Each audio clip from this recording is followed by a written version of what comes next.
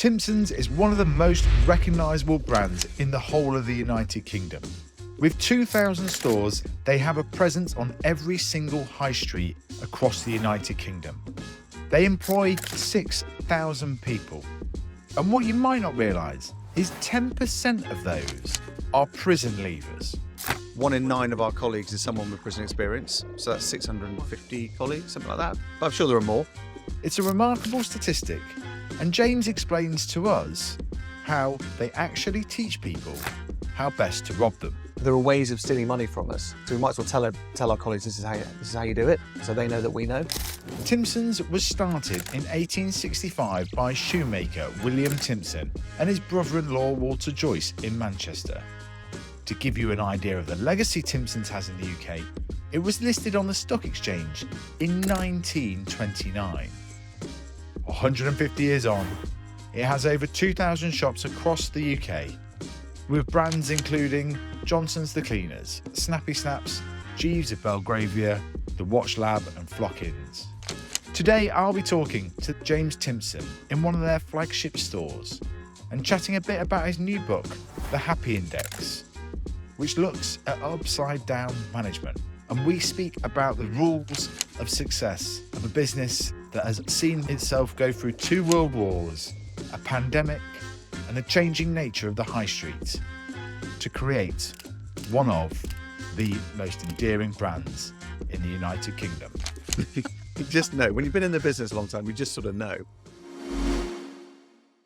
You were saying it's really busy because it's wet. Yeah. How much do sales increase when it's wet?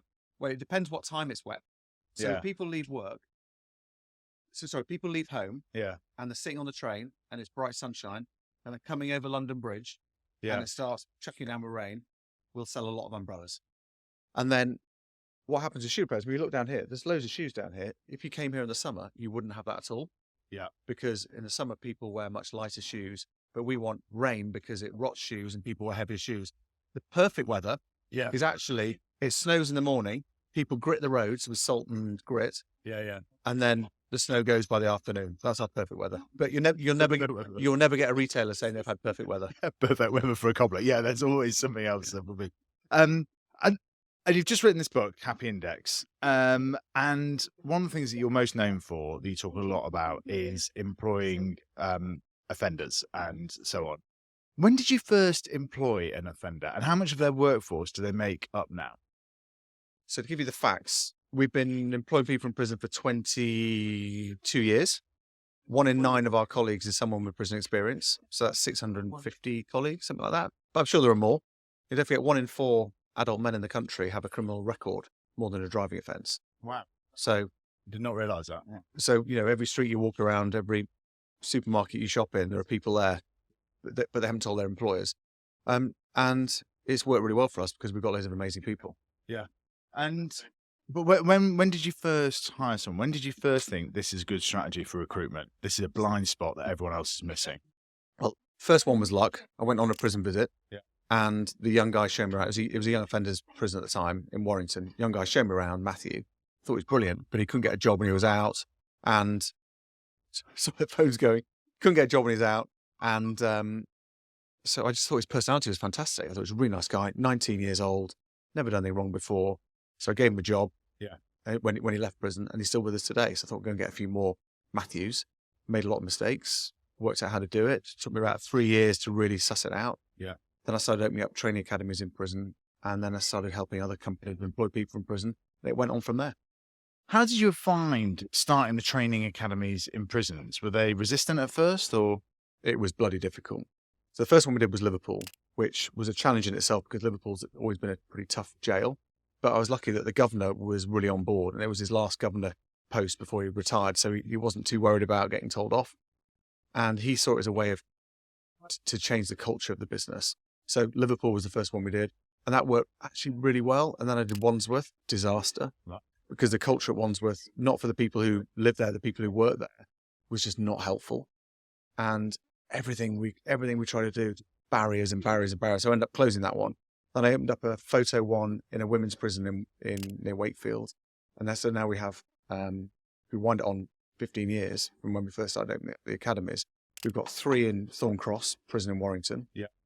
and we've got 2 in women's prisons where we do the photo stuff. And then we've got 1 which is an industrial unit down in Kent where we bring people in on day release from all different prisons, men and women, to learn in our basically mock-up shop on an industrial estate. And what's the best thing about employing offenders? They're good. They want to work. They're honest. They're reliable. And they get stuck in and they're not judged in our business. Yeah, we want people who are great at serving customers, are ambitious, work hard and reliable. And if you recruit the right people from prison, that's what you find. In the book, you talk about the tests that you rank people on from 1 to 10 in terms of whether they fit with the culture. And you talk about the most difficult people actually being the 6s to 8s. Like, how do you distinguish between an 8 and a 9? Because that seems like quite a fine line, but important one. You just sort of know. You just know. When you've been in the business a long time, you just sort of know. This is your cobbler algorithm.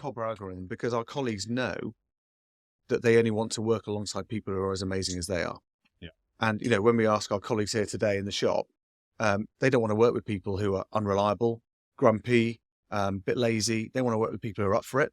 Yeah. And it's that sixth sense of what is the energy that they're giving from their personality. And you just know. And I agree, and someone who's an 8 out of 10 sometimes could be a 10 out of 10, but something's happened in their life that's a problem. And it's our job to support them through that. But a 6 out of 10 is always a problem. That's why you need an HR department. Fair enough. And you talk as well about the sort of things that it's often stuff that goes wrong in people's personal lives, right? And you've got some really interesting job titles to help people on those things. Can you talk to us about that? Well, I think language is really important in business. So we don't have a head office. We have Timpson House. Everyone's a colleague. Yeah. And when I introduced that probably, 15 years ago, quite a lot of pushback because it was always staff. Some people use the words team, but I was like, no, everyone's a colleague because no one's more important than anyone else. So then that's become a one. And then, so we have Janet, our director of happiness, whose job is to basically look after people who are unhappy. Paul and Lauren on reception are our director of smiles. All dogs in the office are directors of entertainment. Anybody can call themselves a director if they want. I don't really care. You still retain the title chief executive though. Have you thought about changing that? I am, but I feel a bit uncomfortable. I know when I mentioned it in the book, Elon Musk's FD is master of coin. Which I think it's quite funny. But if I could think of something more interesting. Master of keys? Master of keys, yeah. But then my colleagues in the photo business and dry cleaning business wouldn't like that. Fair. So it's about having something that's fun. And what keeps you driven and keeps you determined to do these things? Because you've been doing it for 30 years, right? And it's a pretty staple business, cobblers, photos, keys, etc. What keeps you so driven? I think I'm competitive. Yeah. I still want to have the best shop in town. Yeah. And we don't have, we have competitors who have better shops than we do some places. And I want to have the best people. So what I love is going into one of our shops and it being absolutely perfect. Standards are great, qualities are great, figures are great, customers are happy. And there's no better feeling in business than that. Yeah. And I also believe that businesses need to be on the front foot. You've always got to find a way of growing, whether it's you in your business, you want to keep growing followers and reach. Yeah. We want to do the same. And I think if you can't justify opening a new shop, you can't really justify having the business. So that's when you need to think what you're going to do. So as we're in a shop, what makes a good shop? Okay, so we're in King's Road in London. This is one of our more profitable shops. It's probably a top 50 profitable shop. The rent's high. And how many shops have you got? 2,100. And the reason why this shop does well is it's been well run for a long time. Steve, the manager's on holiday at the moment, is bloody good. Yeah. It is, even though it's quite a touristy area, most of our customers are local customers. Yeah. So our nearest Timpson shop is in South Kensington and Victoria. So we don't have anything around here. We've got Fulham, we've got two over in Fulham. This is a big key cutting business here. Yep. And that's really where the money is. Key cutting, watch repairs, high margin business. Shoe repairs is pretty good here. We do a bit on photo ID. So we do a bit on everything here. But this location's great. We're next to McDonald's. Yeah. We always do well next to McDonald's. I don't know why. Opposite, we've got Scribbler. We've got Marks and Spencer's just up the road. We've got Sloane Square Tube Station not far away. There's lots of places you can go, drop something in, go away, pop to, get a Valentine's Day card. Yeah. Not saying anything, Mrs. Timpson. Yeah. And also we would say there's a lot of chimneys here. You want chimneys, you want houses where people live. Yeah. Because that's what brings you the business. So, That's interesting. so we need to take a lot of money here because I think the rent's 100 grand a year here. And we've had this shop for 18 years. Yeah. So it takes about 5 years to get to build up the turnover in a shop. But yeah, no, it's a great one. And it's got personality to it as well. So give us a breakdown. So the 100 grand, is that business rates? No, or that's rent. That's rent. That's rent. Right. So Okay. business rates on top would be 50 grand. It's normally about 55% of the rent. Yeah. There's no service charge to pay here. But then you've got to pay lighting, telephone lines and that kind of stuff. But that's 150 grand fixed costs, right? Before you've even sold a probably key. 170 grand a year to open the door. Right. And that requires a lot of keys to Yeah, be but that's sold. very high rent for us. We're normally Yeah. Okay. Fine. but yeah, I mean that's what it costs to trade in these really busy Good times. locations. You talk a lot in the book about, well, not a lot. You talk about competitors in the book, and you say how you're driven for it. And I was trying to wrap my head, thinking, well, who are the kind of like high street competitors to you? Is it mainly individual shops? Yeah, well, right? I mean, we bought all of the chains over the years, and we've opened up a lot of competitors have gone bust. Yeah. A lot of independents, they have one shop, and then when they retire, they phone us up, and we may buy it or not. A lot of the time, we don't because the turnover's too small. But we've opened a lot of shops in supermarkets. So whereas before we would have had, say, let's take Winchester. No, Winchester's bad example. Let's take Chester. In Chester, we used to have 3 shops in the town centre. Now we've got 1, but I've got 7 around Chester in the supermarkets and retail parks around. So really, that's how the portfolio has changed. And from a competitor's point of view, they found it hard to keep up with us, I think. Tell us about your job and how long you've worked here. I've worked for Timpsons for 25 years since I was 16. So I'm now 42. Yeah. So I've been about a bit. And how's it changed since you started? Oh, when I started, we didn't even do watches. Oh, really? Yeah. Wow. Obviously, since then we've done a lot more. So, like the photos, like my colleague's doing now. Then there's jewellery repairs again. We had jewellery repairs before. We're doing a lot more of the valet stuff as well now. And it's great. We'll just give you a bit of time off for tills. James is doing it all here at the moment.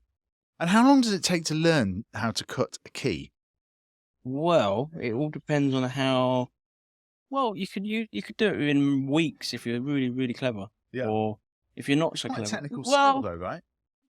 it's about knowing what picking up what key it is and putting it in the machine and using the right blank for the right key. Because there's a number of times people do it in the wrong blanks, and it can be a bit confusing for them. Is a shoe easier to do? No shoe's easy. Everything's difficult in some respect. And what else do they train you up on? I had to do mobile phone repairs. Yeah.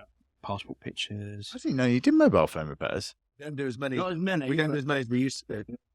Why is that? People don't break them as much, and the insurance companies have worked out how to get in on it. Yeah. And how do you push, though? Because I imagine people come in here for a very specific, I've lost my key or I need something doing specifically. Yeah. How do you sort of generate more sales? You offer an extra key or a number of like 3 or 4 keys. You give them a half price deal on any of the products. So instead of going for one, you can say, well, if you're for an extra one, you get another one half price. What do you think of that? So this job that Keith's doing, very kindly, rather than me doing it, is a customer's come in, I guess from it's a hotel or something or a guest house. And they want, they've got a hand sanitizer and a hand lotion, different dispensers. And obviously people are getting confused. There's a problem. So they want a sign on one saying hand sanitizer, the other saying hand lotion. Oh, okay. So And you serve them whilst I was chatting to Keith. Yeah. So job came in, and I know we do the silver plaques. I know we've got computer engraving machine here. I know Keith knows what he's doing on this. So it's actually quite a straightforward job. So we get a lot of funny jobs like this. Quite difficult to price up. You can't sort of. What's the most random job that you come across recently? It wouldn't be appropriate for a podcast. Family podcast. So one of my fears in our business is that people will want to professionalize management. Yeah. And will want to sort of go down the corporate bullshit line of doing everything proper. Yeah. And HR departments rule. That's a disaster for us because our colleagues, you met Keith today and you met AK and, you've been served by colleagues in the past. They're a certain type of person. They don't like to be run by a corporate head office. They like to be trusted to get on with it, do what they want. We look after them when things go wrong and they're trusted. But what fascinated me was in the book about you talk about feedback, how your employees can give feedback, colleagues can give feedback. mean, it's basically a feedback loop, right? And what's the one question you ask? On a scale of 1 to 10, how happy are you with your boss? And how often do they fill that out? So they do one every week, which is how they are feeling themselves. And then, so that's on a Thursday night. Our average score is about 8.5 normally. Yeah. And then once a year, we do our annual survey, which is, again, it's just this one question on a scale of 1 to 10, how happy are you with your boss? And that's like the big one for us. Only one question. If they want to write a comment, they can. If they want to write their name, they can. We have about an 85% return rate, which is actually really important because the parts of the business where the leadership is weak also has the lowest number of responses. Yeah. So we want high levels of response, high scores. One of the things that you're quite keen on in the book is 5 days in the office. Why is that? Because culturally it's really important to us. And also the colleagues in the office are there to support the colleagues in the shops. The colleagues in the shops have to turn up physically, and we need to be there at the end of the phone to answer their problems. I also think as part of it, there needs to be a reason why they want to turn up. Yeah. So that's why we want the office to be amazing. And so there's no reason why they don't want to turn up. So we have free breakfast, amazing lunches, cost price. We have a gym. They can bring their kids in, their dogs in. They can come and go when they please. They need to go to the dentist. They just go to the dentist. And it's a place where I've only had pushback from one colleague, and there's 180 people who work there. So I set my stall out right from the beginning. Yeah. Who's got the most interesting job at Timpsons, do you know? I think Janet, who's our director of happiness, has got a very interesting job because she never knows where she's going to be that week because her job is to deal with colleagues who are actually unhappy. Darren, who does all of our prison recruitment stuff, he's got a very interesting job, although I gave him the toughest task ever, which I signed him up to do a master's degree at Cambridge in criminology, which he's nearly halfway through. He's doing really well. First essay was a bit of a shock. Yeah. And I think our area managers is the job where if you're good at it, it's the most amazing job. If you struggle, it's brutal. Yeah. Because we've got everything coming at you all the time. But the area managers for us is the key job. And does a good shopkeeper necessarily make a good area manager? No, not at all. And how do you test for that then? So what happens is, so we met Keith today. Keith is part of the area team. And so he's what we call an area development manager. And we want him to be ready to be an area manager one day. I don't think Keith wants to be an area manager one day. Yeah. Maybe I'm wrong, but I don't think he does. I've known him for a long time and that's not what he wants to do. But we like to promote everybody from within the business. So we do huge amounts of succession planning to the extent that everyone's tearing their hair out with another succession planning meeting. But that's how I sleep well at night, knowing that we've got amazing people lined up to take over the area manager job. So people come up through the ranks. Yeah. But we're also very good at over promoting people. I mean, you see that in politics all the time. Yeah. And, it's not really necessarily their fault that they fail when they get into a job, but it's the people who appointed them. So you've got to sort of politely put them back to where they were before. Yeah. So there are 92 prisons that release people in England and Wales.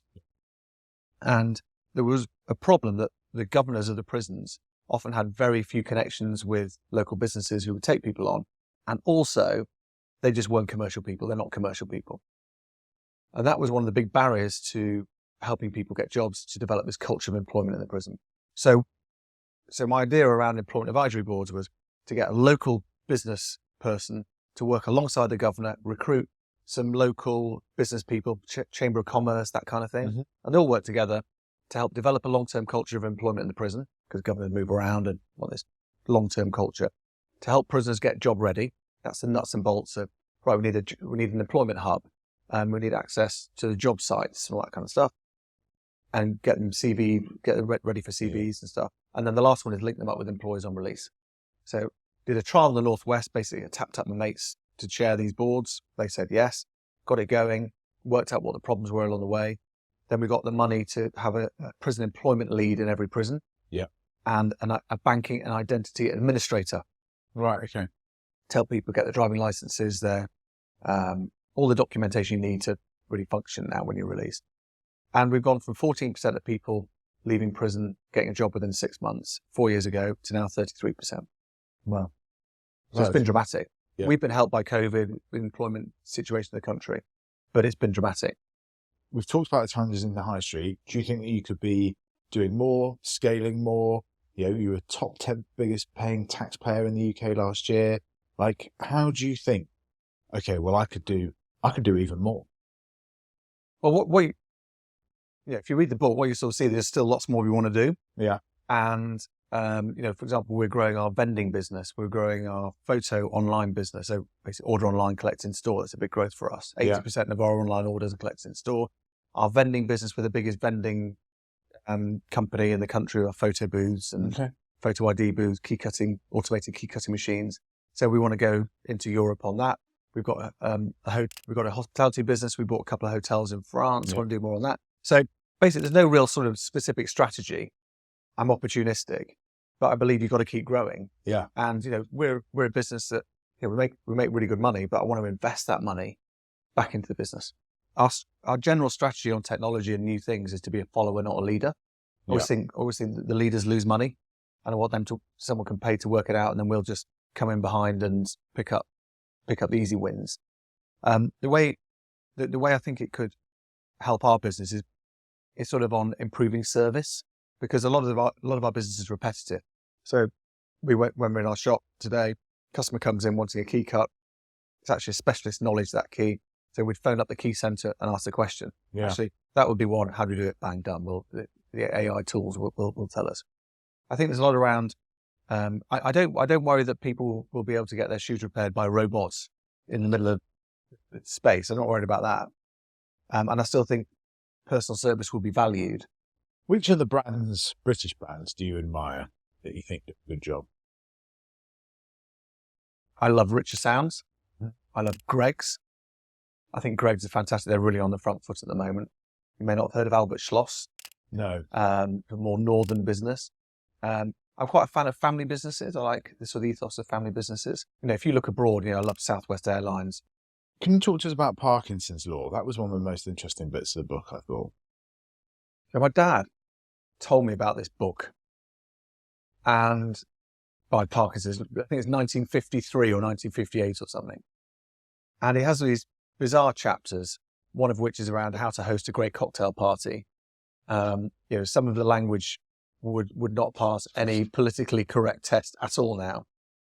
But he worked out this mathematical formula based on how inefficient organizations become over time because of this inbuilt desire for people to think they're so busy that they need to recruit some other people to help them. When actually the question should be, do we actually need to do it in the first place? And he gives the example of, why do we have more admirals than we've got ships in the Navy? Because this is the same structure we had from World War One. We just opened a shop in Birmingham, and I was convinced it was going to be a really good one. It's a disaster. And then we opened another one in Congleton. I thought, no, it's not going to be good, that one. It's flying. So I'm still learning all the time. This is the phrase entrepreneurs that you talked about. Entrepreneuritis. Entrepreneuritis, right. Yeah. And entrepreneuritis is this theory I have, which is people who found success in business they worry it's always going to go wrong. Yeah. So they want to cash the chips in, sell the business, and go and buy a house in Mallorca. Yeah. And then when they're sitting in the house in Mallorca, they're bored out of their minds and they start investing in businesses again because that's what they do. That's what they're good at. So I never want to get to that stage where I don't want to do anything. You've mentioned Julian Mitchell a couple of times, and what he did with his business, of course, was he made it employee owned. Is that something that you would consider? Julian and I are in very different situations. Julian's got no kids. Yeah. He's got lots of other business interests out of the business. And he's 15 years older than me. But it's a very tax efficient way of you exiting a business. Right. Okay. So if you want to get out of your business, if you want to de-risk it and get some cash off the table, that is the best way to do it. Talk to us about holiday homes, because you've had this venture into hospitality, some of which has gone well, some of which has not gone well, but you've also made it now that one of the big benefits of working at Timpsons is that people can access holiday homes, right? Which is almost akin to the kind of initial Cadbury idea of the beginning of the last century. Mm-hmm. So again, nicked a stolen idea from another company, and we've now got 19. And a lot of them are the lodges on Haven holiday parks and that kind of thing. We buy them, and we pay for all the running costs. We pay for the benefit in kind when the colleagues go there. They just pay to get there and the food and drink when they're there. and they love it. It's fantastic. It's a great freebie. They go with their family and friends. It means a lot to them that they get this benefit. The cost to us is probably £500,000 a year. Yeah. Money very well spent.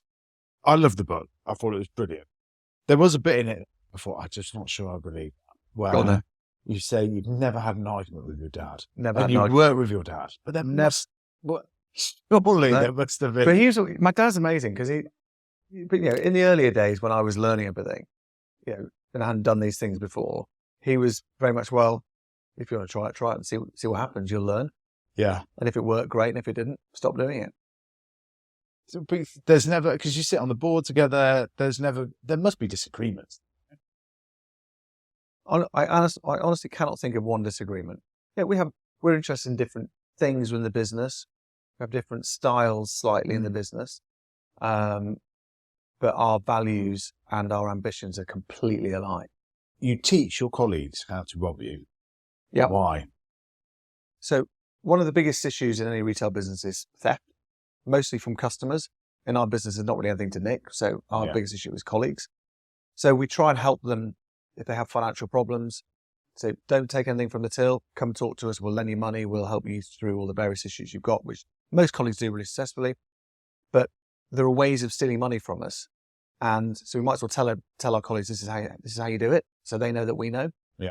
And we find that a much better way of let's just be honest about it. This happens. Let's be grown up. We put secret cameras in. We go around doing till checks, as most retailers do. But sometimes people end up having to go home and have that difficult conversation with their family that they've been fired. Yeah. So let's do everything we can to prevent that.